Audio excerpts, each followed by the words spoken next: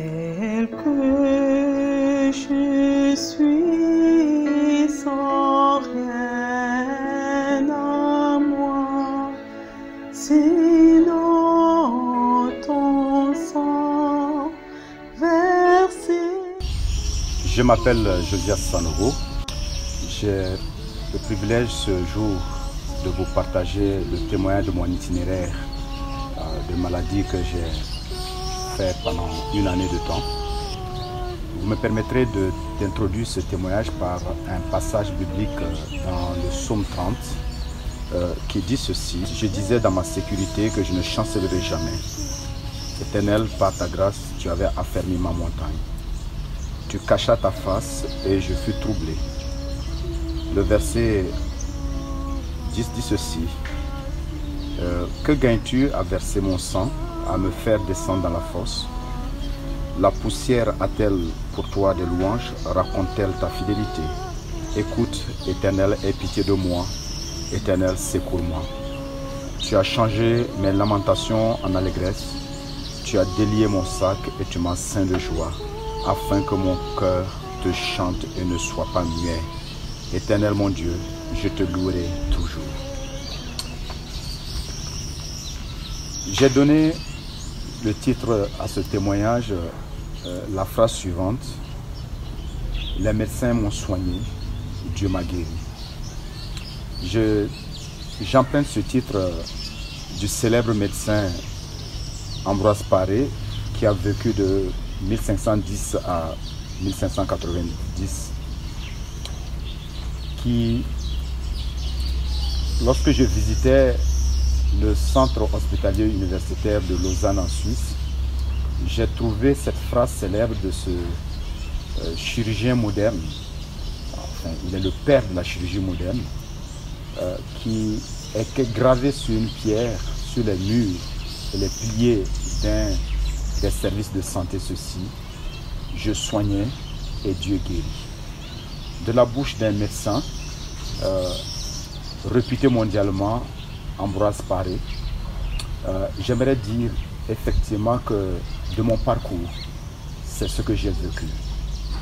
Les médecins, le personnel médical, soignant, hospitalier a bien pris soin de moi et Dieu a fait son œuvre et a opéré la guérison.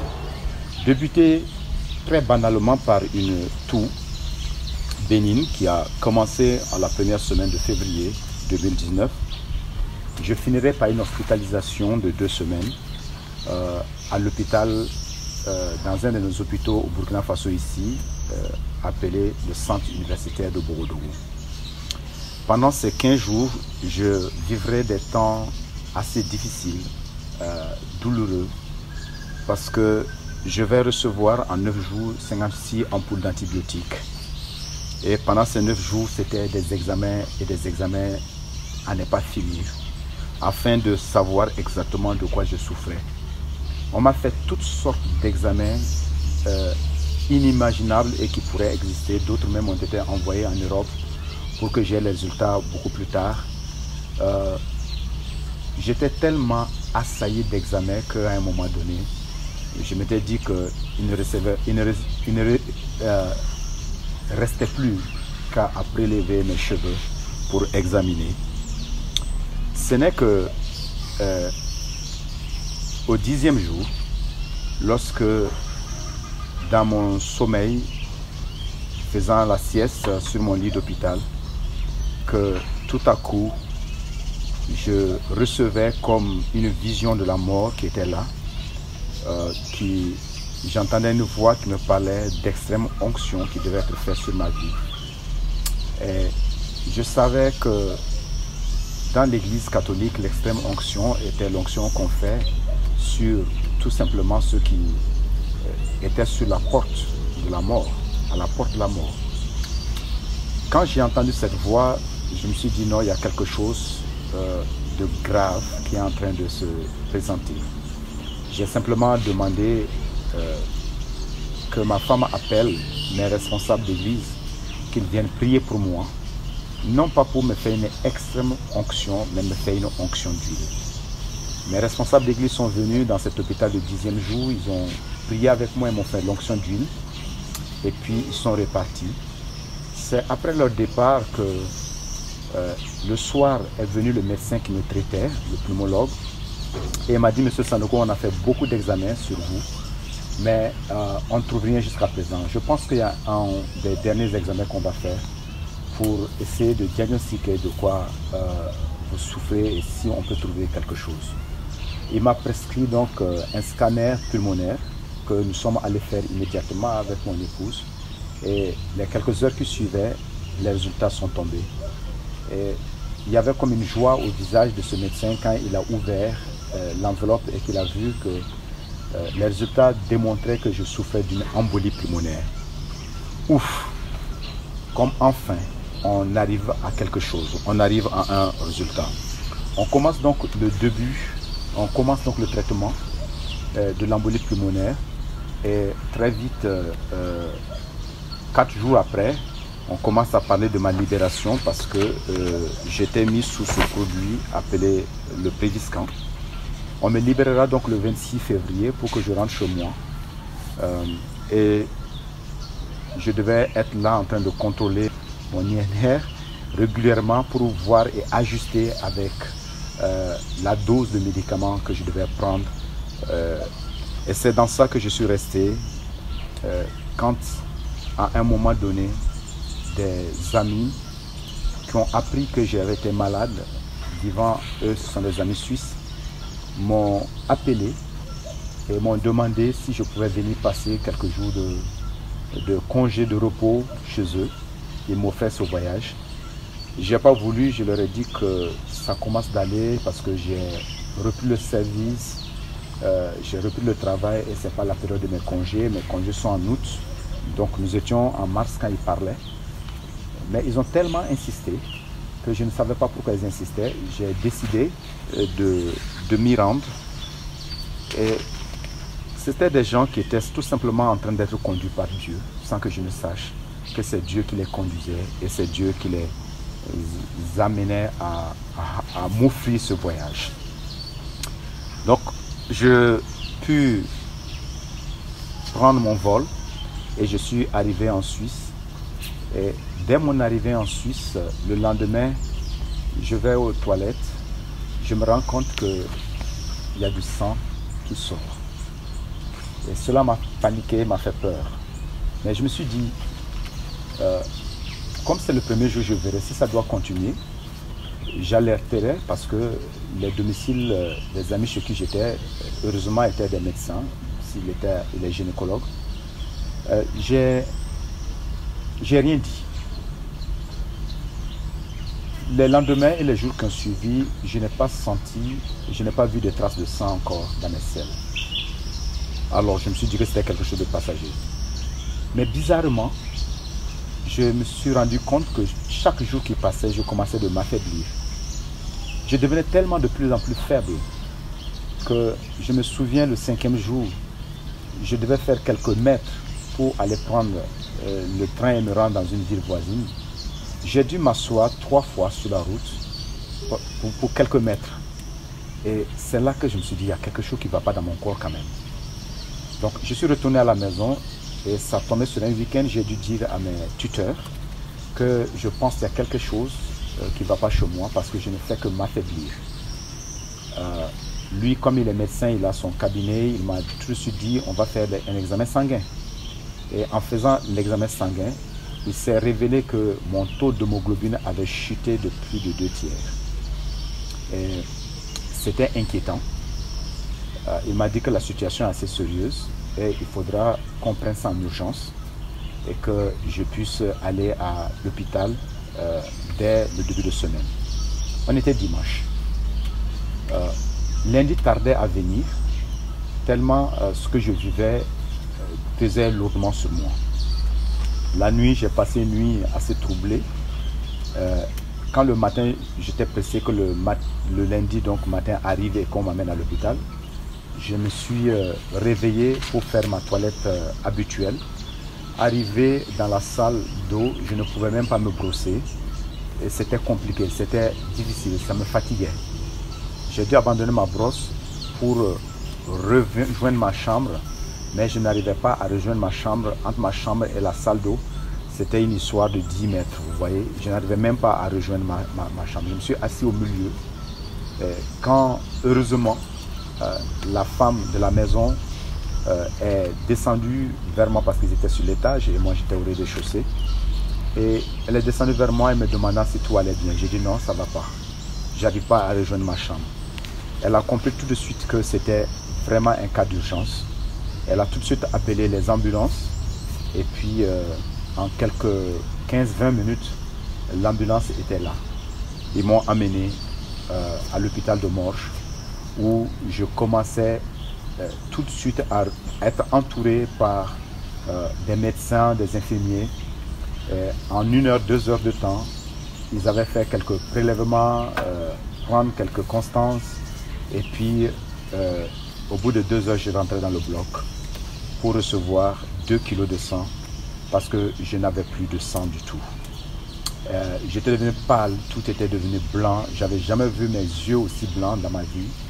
Et en faisant donc, en me passant le sang au bloc, ils se sont dit, mais on va profiter et regarder qu'est-ce qui fait donc qu'il saigne, ce monsieur. C'est là qu'ils ont trouvé qu'il y avait une masse bourgeonnante, selon leurs expressions, et qu'ils ne pouvaient rien dire sur cette masse bourgeonnante qui se trouve au fond de mon estomac et qui était la cause de mon saignement. Ils se sont dit qu'ils vont faire une biopsie, une analyse donc de cette masse, et ils pourront me dire dans quelques jours qu'est-ce qu'il en est exactement.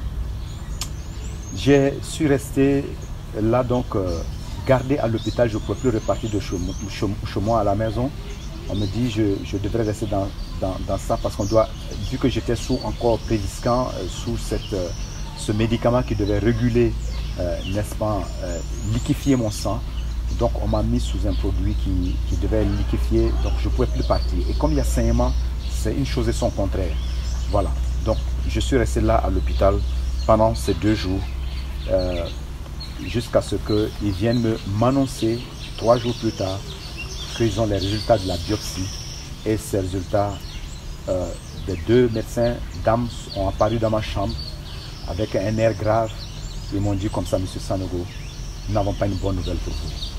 Vous avez un cancer de l'estomac. Et à l'heure actuelle, nous ne savons pas qu'est-ce que nous pouvons faire, mais nous voulons vous donner cette information. Elle est dure certainement pour vous à accepter et à prendre, mais on est dans notre devoir de vous le dire. Et c'est là qu'ils m'ont demandé aussi s'ils pouvaient, j'avais des contacts de la famille qui pouvaient informer. Je leur dis que les Européens sont gentils, ils vont droit au but, ils disent la vérité crûment. Mais on a d'autres manières de le faire. Et je ne les voyais pas en train de dire cette vérité à mon épouse ou aux membres de ma famille, alors que de la même manière qu'ils me l'ont annoncé.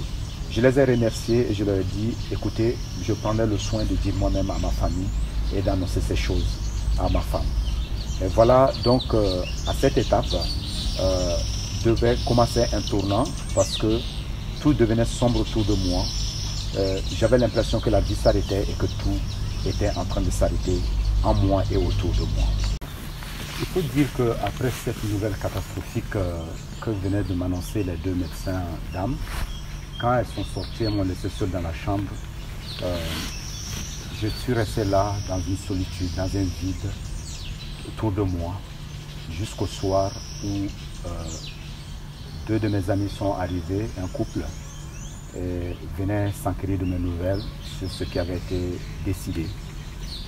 Lorsque je leur ai annoncé ce que les médecins m'avaient dit, ils m'ont simplement tenu par la main et ont pleuré avec moi. Ils ont pleuré avec moi. En ce moment, je commençais à sentir la gravité de la chose. Je n'avais aucune idée de ce que c'est que le cancer. J'avais entendu parler du cancer. Je n'avais aucune idée de ce que ça pouvait représenter. Tout ce que je savais, c'est que dans mon pays, le cancer rime avec la mort et le cercueil. J'ai vu ces amis pleurer et je me suis dit, oui, les choses sont en train d'aller vers la fin.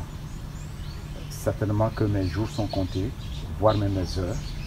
Vu l'air catastrophiques et graves avec lesquels les médecins l'avaient annoncé aussi. Je commençais à prendre la température des choses, que l'heure était grave. Mais il fallait annoncer cela et dire cela à ma femme. J'ai appelé et puis avec toute la technique pour qu'elle ne soit pas choquée, parce que je craignais qu'à un moment donné, en lui téléphonant, en lui disant la chose, j'entends le bruit du téléphone qui tombe. Mais j'ai eu une force de le dire juste quelques minutes avant, parce que dans cette solitude, quand les amis sont partis, je me retrouvais avec moi-même. Le temps s'arrêtait. Mais une pensée est venue en moi. C'était la suivante. Aucune maladie sur cette terre, ni aucun médecin ne définira ma destinée. Ma destinée est entre les mains de Dieu. Cette pensée forte qui est venue en moi m'a donné le courage d'appeler donc ma femme. Je lui ai dit que on vient de m'annoncer une nouvelle pas très intéressante. On me parle d'une masse bourgeonnante au fond de mon estomac. J'ai voulu dire avec des mots pour la calmer. Je dis c'est pas très grave, certainement qu'ils vont devoir m'opérer et bien enlever cela. Et elle va me donner une parole qui va beaucoup m'encourager, parce que elle me répondra après 2 semaines que nous avons fait d'hospitalisation au Burkina Faso. Je rends grâce à Dieu de ce qu'en Suisse on découvre ça. Moi, je n'avais même pas en pensé que j'étais en Suisse et que effectivement l'équipement et le plateau qu'ils ont est différent de ce que nous avons chez nous. Donc ma pensée n'était même pas allée vers là. Mais j'ai admiré son courage et son courage m'a encouragé. J'ai commencé à avoir de l'espoir. C'est aussi dans ce contexte que la femme du médecin chez qui j'étais hébergé va aussi me donner un deuxième encouragement. Quand elle est passée vers moi à l'hôpital le lendemain, elle me dit j'avais une pensée, c'est de te proposer que tu sois le parrain de mon enfant. J'ai regardé cette femme bizarrement, j'ai dit mais est-ce qu'elle est logique? Quelqu'un à qui on annonce un cancer qui va mourir, tu demandes qu'il soit le parrain de ton enfant. Il y avait une contradiction inacceptable pour moi, mais c'était tout là, des mots, des gestes que le Seigneur était en train de me donner pour me montrer qu'il y a de l'espoir dans ce que je suis en train de vivre. Il y a une espérance, tout n'est pas fini. Alors la décision a été prise de m'opérer, mais on va toucher à la réalité, au nerf de la guerre. Parce que en parlant de m'opérer, on m'a parlé d'un devis qui devait tourner en francs CFA autour de 45 millions. Je ne savais pas où je pouvais sortir ces sous. Moi qui venais pour 2 semaines de repos, avec pas plus de 200 000 francs en poche, on vient me parler d'une intervention de 45 millions. Je me suis dit, bon, il n'y a pas d'espoir, il faut tout laisser tomber. Et je me rappelle avoir dit au médecin, écoutez, tout ce que je vous demande, puisque vous dites qu'il y a quelque chose qui sait au fond de mon estomac, essayez de colmater ça. Et laissez-moi partir, je vais aller mourir dans mon pays, tout simplement. Je préfère ne pas mourir ici, faites tout pour que je ne meure pas ici. On dit, monsieur Sanogo, on verra ce qu'on va faire. Vous avez une assurance maladie? Je dis, je n'ai pas d'assurance maladie. Et si même j'avais une assurance, ça ne me couvrirait pas en Suisse. Le médecin chirurgien qui devait m'opérer m'a dit, écoutez, je vais, pour ma part, faire ce service d'intervention et je ne chargerai pas un seul franc à l'hôpital de Morges. Et puis j'essaierai de voir et de discuter avec les responsables de l'hôpital, le directeur de l'hôpital, pour voir ce qu'on peut faire. Parce que moi, il y a mon acte chirurgical que je vais poser, mais aussi il y a d'autres choses telles que votre hébergement, votre séjour à l'hôpital, les médicaments qui vont servir pour vous traiter, la nourriture et tout ça. Ce n'est pas moi qui décide de cela en tant que chirurgien. mais la direction de l'hôpital. Cet homme est revenu vers moi avec son assistant le lendemain pour me dire que, écoutez, le directeur de l'hôpital est d'accord pour prendre en charge, que l'hôpital prenne en charge vos soins. Je me suis demandé en ce moment s'il fallait sauter sur le cou de ce médecin, mais j'avais tellement les fils qui pendaient partout, j'étais branché partout, que je ne pouvais pas, même si j'avais l'intention de faire cela. Le médecin m'a annoncé, il est sorti, il m'a laissé avec son assistant, qui m'a demandé, est-ce que, M. Sanoro, vous connaissiez ce médecin avant? J'ai dit, je ne l'ai jamais connu, je ne l'ai jamais rencontré dans ma vie. C'est aujourd'hui que je suis en train de le voir ici à l'hôpital. Il m'a dit, mais vous avez vraiment de la chance. Parce qu'il a risqué son travail même en allant poser cette question à l'hôpital, au directeur de l'hôpital, sachant bien que l'hôpital est en déficit au niveau de fonctionnement administratif et financier. C'était vraiment courageux de sa part d'aller poser cette question. Et il m'a dit ceci, vous avez de la chance si vous dites que vous ne le connaissez pas. J'ai dit, je ne le connaissais pas, mais je ne le connais pas, mais je connais quelqu'un qui le connaissait depuis. Et cette personne l'a placé ici certainement pour moi. Et sur le moment m'est venu d'autres paroles que j'avais reçues de la part de certaines servantes du Seigneur qui me disaient que je serai dans un pays étranger et Dieu suscitera des nations étrangères qui s'occuperont de moi, qui prendront soin de moi. Nous trouvons cela dans le passage de Jérémie, plutôt dans Ésaïe 55. Et j'ai revu ce passage et puis d'autres passages qui me sont venus du genre Dieu dit qu'il m'établira et il établirait ma famille, il rétablirait ma famille aussi.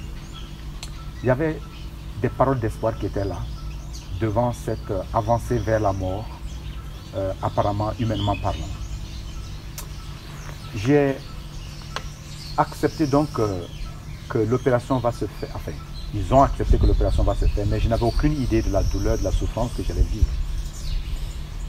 Je suis passé par cette chirurgie qui devait durer, selon le médecin, 3h30, mais finalement, qui a duré 5h30. Je tiens ici à reconnaître le boulot colossal que font les médecins, le travail titanique. J'imagine des gens qui se tiennent sur pied pendant 5h30 autour d'un corps. Je félicite ici et je remercie vraiment leur travail. Et si je peux parler de la guérison du Seigneur, je peux reconnaître que les médecins m'ont soigné et les médecins ont donné le meilleur d'eux-mêmes. Ce personnel en Suisse a été formidable. J'ai eu, pendant tout mon séjour d'1 mois dans cet hôpital, peut-être une vingtaine de personnels que j'ai vu passer, qui ont pris soin de moi. Je me rappelle encore, je retenais le nom de chacun. Et quand ils passaient, je disais le nom de chacun, de chaque infirmière, chaque infirmier. Et ils étaient touchés, me demandaient comment je fais pour retenir le nom de toutes ces personnes et ces infirmiers qui passent, ces médecins. Je dis, puisque j'ai rien d'autre à faire. Je suis là, je n'ai que mon lit et le toit que je regarde. Je peux au moins retenir les noms. Ça les a touchés. Brièvement, disons que l'opération a eu lieu. On m'a enlevé 4/5 de mon estomac, 80%. Et il ne me restait plus que 20% de mon estomac. Et le médecin m'avait bien prévenu qu'il vaut mieux toujours avoir 20% de son estomac que de ne rien avoir du tout.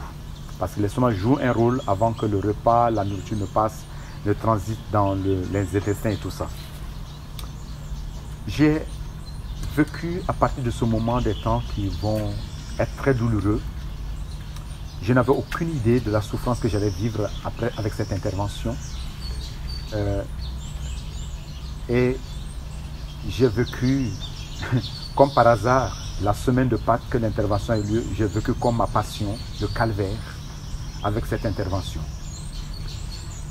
Je ne pouvais plus manger grand-chose. J'ai commencé à manger au 5e jour, je prenais des choses liquides. Et quand j'ai commencé à manger, je ne pouvais pas manger plus de 3-4 cuillerées au maximum de nourriture. Parce que mon estomac n'avait plus de place pour contenir. Et d'ailleurs, quand je voyais une assiette de nourriture, toute envie, il y avait une réaction psychologique, somatique qui avait tendance à vomir, à rejeter. parce que c'était trop. Jusqu'à ce que le diététicien soit passé et a dit à ce personnel hôtelier qu'on a enlevé quand même 4/5 de son estomac, il faut lui présenter des petites rations, des petites portions, que l'œil va accepter et l'estomac aussi va accepter. Et c'est ce qu'ils ont fait et j'ai commencé à accepter à pouvoir m'alimenter, mais pas grande chose, 3-4 cuillerées de riz, de nourriture qu'on me présentait. Je vais vivre une semaine horrible. Une semaine, mais où j'ai l'impression que j'étais en train de côtoyer l'enfer. La souffrance était tenace. La vie me semblait dure. J'ai prêché, j'ai parlé de la souffrance dans le passé. Mais de vivre et de passer par ces moments de souffrance, je ne l'avais jamais expérimenté dans ma vie. C'est alors que je sortirai de cet hôpital, après avoir séjourné deux semaines encore après l'intervention, on m'a libéré, on m'a amené très rapidement à la mobilisation. Et quand je suis sorti, je repartais dans mon pays pour commencer les traitements de chimiothérapie qui devaient durer 2 mois et demi, que le médecin m'a prescrit en Suisse. Je suis rentré, je commence la chimio. Là aussi, je n'avais aucune idée de la souffrance qu'il y avait derrière la chimio. La chimio, en un mot, il faut le dire, si je devais le définir, c'est un mal qui fait plus mal que le mal dont vous souffrez vous-même. Chaque fois que je prenais ces comprimés, que je passais par ce temps de perfusion, toutes les 2 semaines, c'était l'horreur. J'étais devenu insupportable à un moment donné pour ma famille. Eux ne me supportaient pas, moi non plus je ne les supportais pas. Le moindre bruit était amplifié. Je ne supportais ni les odeurs des parfums, ni les bruits des enfants. Je me rappelle que notre dernière fille on a dû l'envoyer au village pour qu'elle reste là-bas, pour ne pas me déranger. Et j'ai vécu ces moments très très difficiles et atroces pendant ces moments de la chimio. 10 semaines, ça va durer dans un autre type de souffrance. J'ai perdu 8 kilos, alors que j'avais déjà perdu 6 kilos après mon intervention. J'aurais perdu au total 14 kilos. Moi qui n'étais pas très gros déjà et très fort de nature, et vous devez vous imaginer ce que j'étais devenu. Mais le pire, c'est que mon teint avait changé. Beaucoup de choses ont changé en moi. J'étais devenu sombre, noir. Noir. Vous me direz que les Africains sont déjà noirs. Mais là, j'étais devenu des noirs indescriptibles. Comme du charbon. Lorsque je me regardais au miroir, je me demandais comment ma femme faisait encore pour m'aimer. Mon visage était noir, mes doigts étaient noirs, mes pieds, mes orteils, tout était devenu noir. Les plans de mes pieds, la peau des pieds s'enlevait, partait. On m'avait annoncé aussi que c'est possible que mes cheveux tombent. Heureusement, là, mes cheveux ne sont pas tombés. Je n'en avais pas déjà d'habitude, je n'en avais pas beaucoup. Heureusement, c'est pas tombé. Mais 2 choses vont me choquer pendant ce temps de chimiothérapie. La première, c'est que quand je me suis présenté à l'aéroport à un moment donné, le policier qui vérifiait l'identité m'a regardé et a regardé mon passeport. Il m'a dit, mais vous avez eu où ce passeport? C'est pas vous. J'ai dit, c'est bien moi, monsieur. Il m'a dit, non, je vous dis, c'est pas vous. La personne que je vois, et puisque la photo que je vois dans le passeport, c'est pas vous. Ça m'a choqué. Je lui ai dit, monsieur l'officier, moi je suis malade. Et il s'est confondu en excuses. Il m'a dit, je m'excuse beaucoup, je souhaite meilleure santé. La maladie est l'ennemi de l'homme. En regardant votre photo, en vous regardant, vous n'êtes plus la même personne. Le deuxième choc, c'est ma fille qui étudie en Côte d'Ivoire et qui est arrivée et qui m'a vu. Il me dit, papa, je ne te reconnais pas. Ça, c'est mon deuxième choc. Je savais que j'avais changé et que j'étais devenu différent. Mais jusqu'au point où on ne me reconnaissait plus, c'était choquant pour moi. Je m'appelle Mireille, je suis l'épouse de Josias.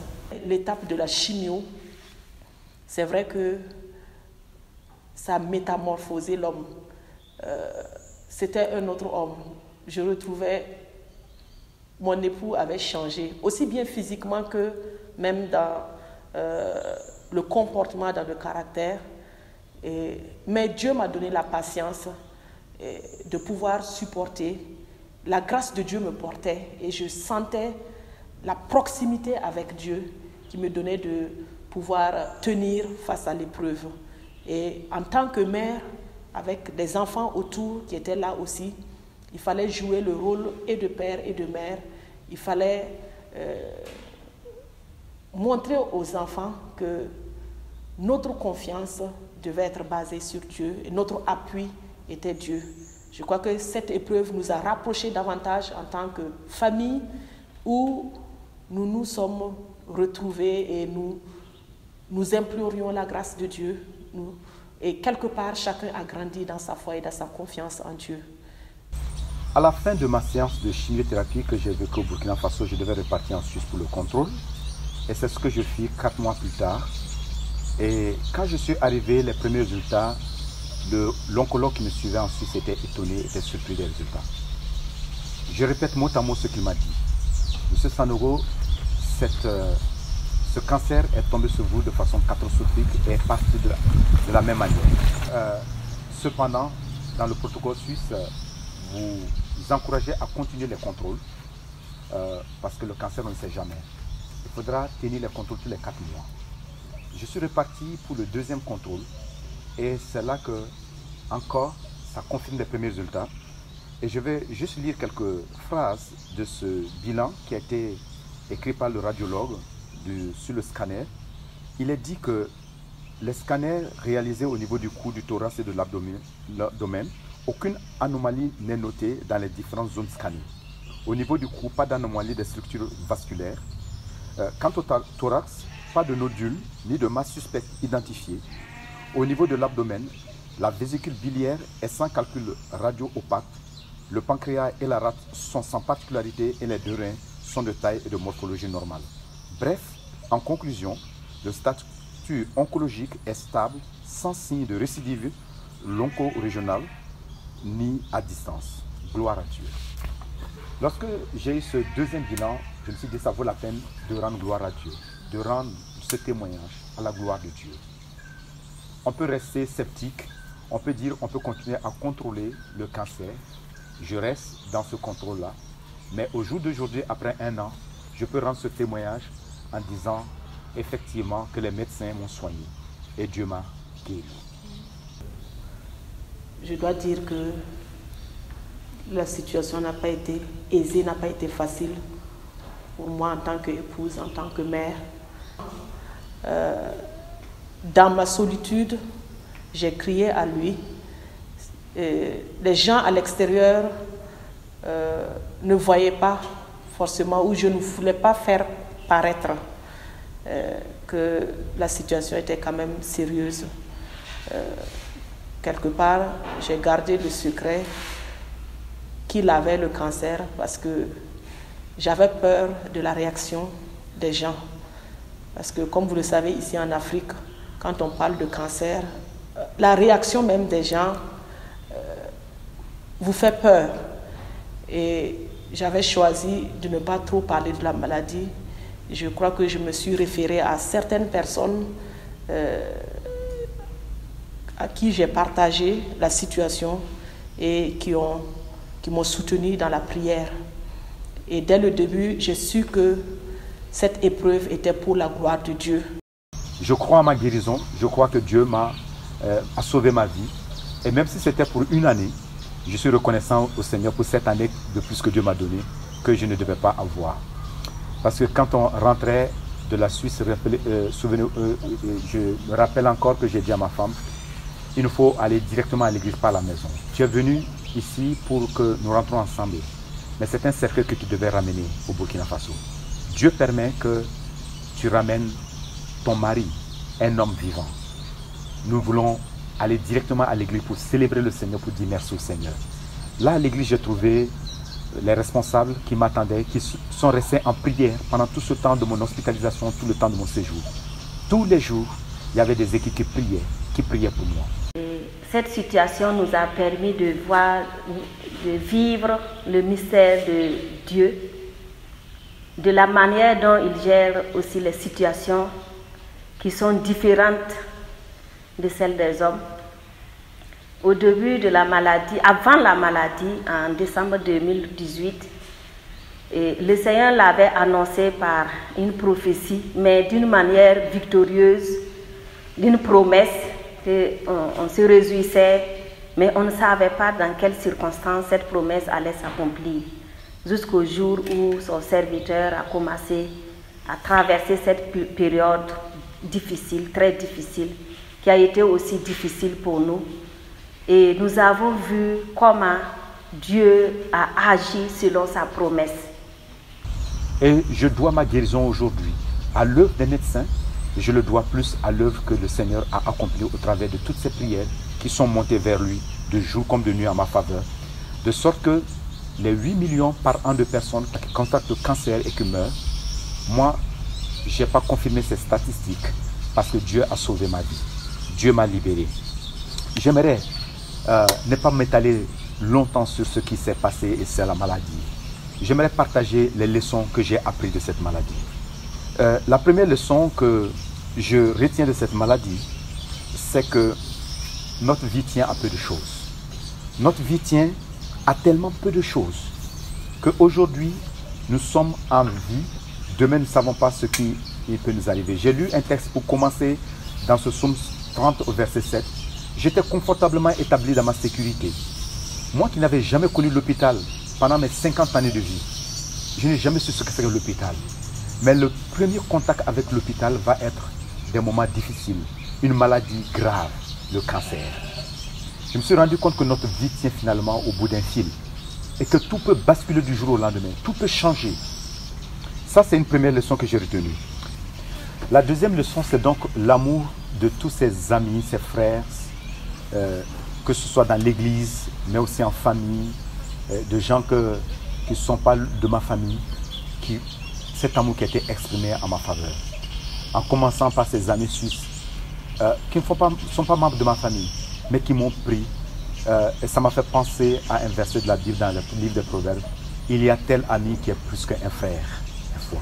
Ils ont démontré pour moi qu'ils étaient plus que des frères. Ça, c'est la deuxième leçon que j'ai apprise. La troisième leçon, pas la moins importante, mais ce sont ces promesses bibliques, ces fondements de la parole de Dieu qui m'ont soutenu dans cette maladie. Que plusieurs chrétiens reçoivent des promesses, mais mettre la foi en ces promesses, croire en ces promesses, en l'accomplissement de ces promesses, c'est une autre chose. J'ai mis ma foi en la parole de Dieu. Des gens ont cru avec moi et nous avons vu Dieu qui agit et Dieu qui s'est révélé en nous. Une autre leçon que je peux signaler et soulever, c'est les vraies valeurs. Vous savez, lorsqu'on passe par des moments comme ça, on découvre finalement quelles sont les valeurs réelles de la vie. Avant, on m'a enseigné les valeurs du travail, on m'a enseigné les valeurs de la performance, les valeurs du succès, les valeurs de la promotion dans la vie. Mais ces choses, vous savez, devant la maladie, sont devenues autre chose. J'étais en face de la maladie avec la seule réalité, ma personne et moi-même. Les valeurs que je vais découvrir dans cette maladie, c'est la famille. La famille est d'une importance incroyable. Et quand on parle de famille, je commence déjà par le couple. J'ai découvert une femme admirable et incroyable pendant cette maladie, qui a été là, dans la patience, qui a supporté, qui a soutenu, qui était juste présent. Il n'y avait plus d'espoir, mais je retenais toujours cette parole qui retentissait dans mon cœur que sache que cette maladie est pour la gloire de Dieu. Et Dieu, effectivement, nous a fait voir au travers des différentes étapes, au travers de toutes les personnes qu'il a placées au devant de nous, qui étaient d'un apport, qui étaient d'un soutien, au travers du miracle de la provision de Dieu face à l'intervention, au cours de l'intervention, le fait que Dieu faisait concourir toutes choses pour notre bien. Gloire à Dieu, le Seigneur nous a écoutés, il nous a exaucés. Son serviteur est venu avec vie et force et nous lui donnons gloire pour ses bienfaits. J'ai découvert l'église, la communauté qui était là, proche de moi, soutenant. Où certains même ont dit, mais si ceci est en train d'arriver à notre pasteur, que nous considérons comme le bois vert pour emprunter certaines paroles des Écritures, Qu'en sera-t-il de nous autres, le bois sec? J'ai entendu cela. J'ai entendu des prières qui sont montées vers le Seigneur. Des gens qui ont dit au Seigneur, il vaut mieux nous prendre que de prendre notre pasteur. Ça m'a touché. Tous ces hommes et ces femmes. Et j'ai compris où étaient les valeurs et les vraies valeurs. J'ai retenu que le seul moment qui nous appartient, c'est le moment aujourd'hui et maintenant. Demain ne nous appartient pas. Tout peut basculer. Tout ce que nous avons comme sécurité et sûreté peut basculer du jour au lendemain. Et cela, j'aimerais le rappeler ici, que par cette maladie, j'ai découvert cela, que tout peut s'arrêter en un claquement de doigts.